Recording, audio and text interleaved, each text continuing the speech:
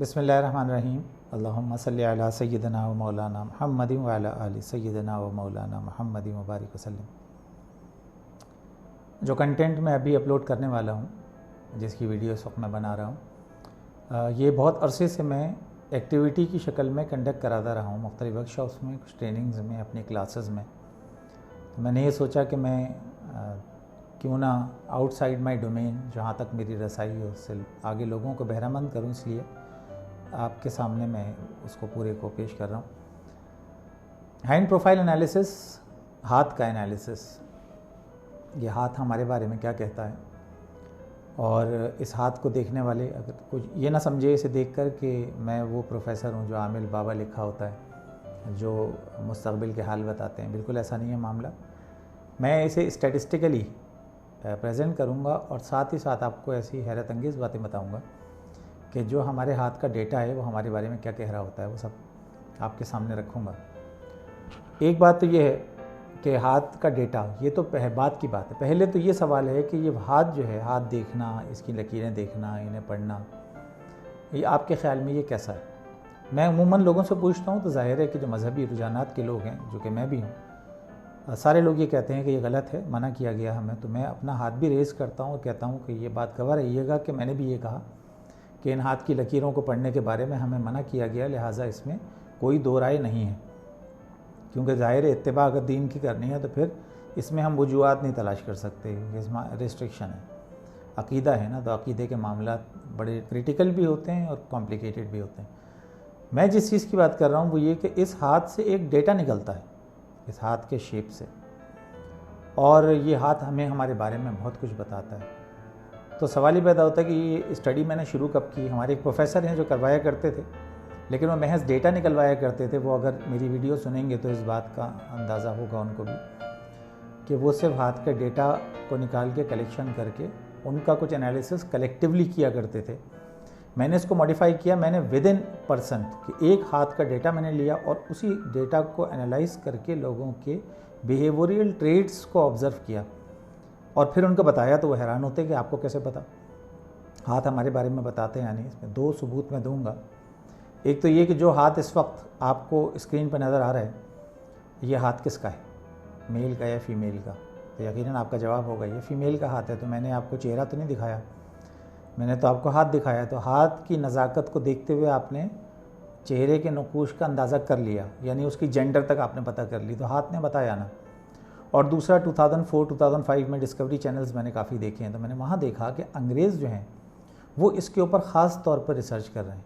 अब अंग्रेज़ों की रिसर्च को यहाँ पर मैं कोट करूँगा। वो करते ये हैं कि हाथ की 3 उंगलियाँ जो हैं उनको कंबाइन कर लेते हैं, जिनमें से जो बड़ी उंगली है, आपको पता है ये तो डोमिनेंट है इन दोनों में, इसका साइज़ बड़ा ही होगा। मुकाबला होता है फर्स्ट फिंगर का थर्ड फिंगर से। अब मैं स्पेसिफाई करूँगा इस थर्ड फिंगर पे, जो उल्टे हाथ की होगी तो रिंग फिंगर। रिंग फिंगर की लेंथ अगर इंडेक्स फिंगर से कम है तो निस्वानी ट्रेड्स ज़्यादा डोमिनेंट होंगे इंसान के अंदर, डिस्पाइट ऑफ द फैक्ट कि वो मेल है या फीमेल है। अगर मर्द भी होगा तो लड़ाई झगड़ों में ज़्यादा नहीं होगा, अमन की बात करेगा, वो नज़ाकत होगी उसके अंदर, ये सारी चीज़ें। अगर ये रिंग फिंगर बड़ी है, ये मैस्कुलाइन ट्रेड की डोमिनेंस की अलामत है, और ये फीमेल में भी हो सकती है। अगेन मेल में भी बहुत सारी फीमेल्स आपने देखी होंगी जो कि NGOs चलाती हैं, जो कि हर महाज पे आगे की तरफ लड़ती हैं। तो उनका एनालिसिस करके आप देख लें। इवन आपके घर में आपके फैमिली मेम्बर्स हैं, उनमें ये आप टेस्ट रन कर सकते हैं। अच्छा, ये बराबर भी हो सकती हैं। बराबर का मतलब ये कि एवरेज है, कोई ट्रेड भी डोमिनेंट नहीं है। कहा जाता है ख़वातीन में निस्वानियत का अंसर जिस खातून में ज़्यादा होगा उसकी रिंग फिंगर उसी हिसाब से छोटी होगी। अब ये तो एक बात हो गई जो अंग्रेज़ों की रिसर्च थी।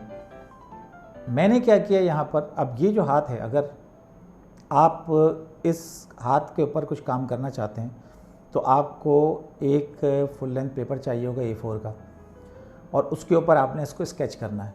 स्केच किस तरह करना है, उसका तरीका ये है कि आप पेपर के ऊपर इस हाथ को रखेंगे।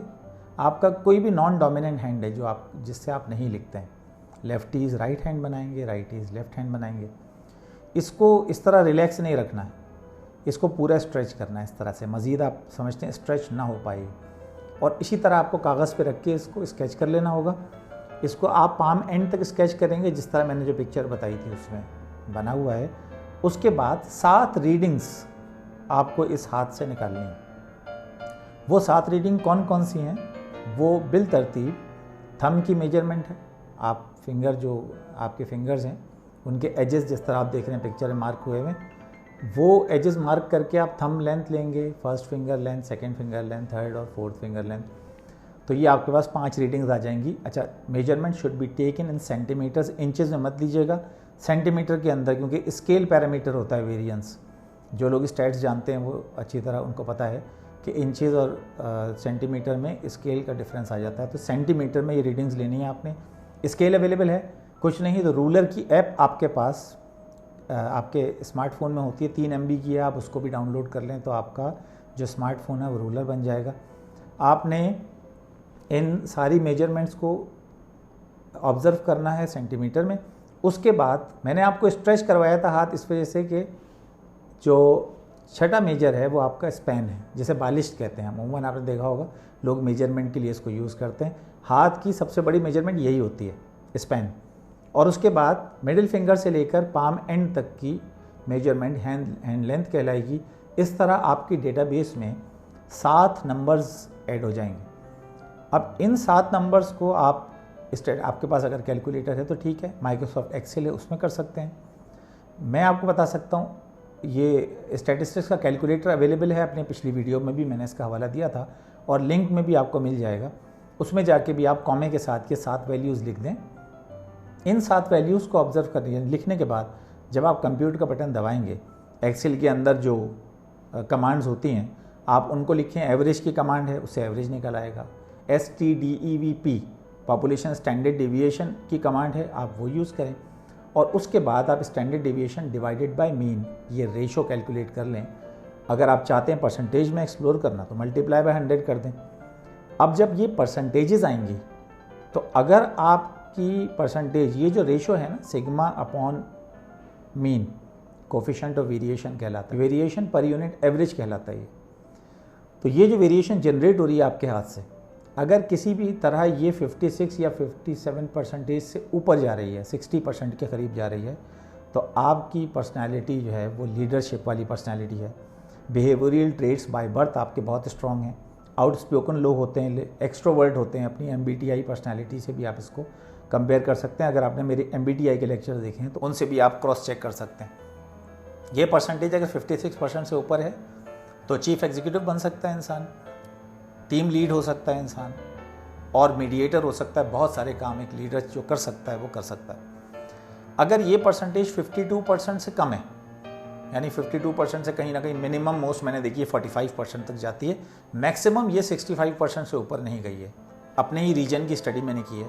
तो 52% से अगर ये कम हो रही है, इसका मतलब इंट्रोवर्ट पर्सनैलिटी है, फियरिंग पर्सनैलिटी है, और इस तरह के जो बहुत ज़्यादा लोग डरे हुए होते हैं ना, फॉर आउटस्पोकन नहीं होते, अपनी बातें छुपाते हैं, और इनका फ्रेंड सर्कल भी बहुत लिमिटेड होता है, आसानी से ये किसी के ऊपर भरोसा नहीं करते, ये वो लोग होते हैं। बाकी 52% से 55% तक के दरमियान अगर ये परसेंटेज है तो ये लोग एम्बीवर्ट होते हैं, यानी नॉर्मल जिनको कहा जाता है, ज़्यादातर लोगों की यही आती है।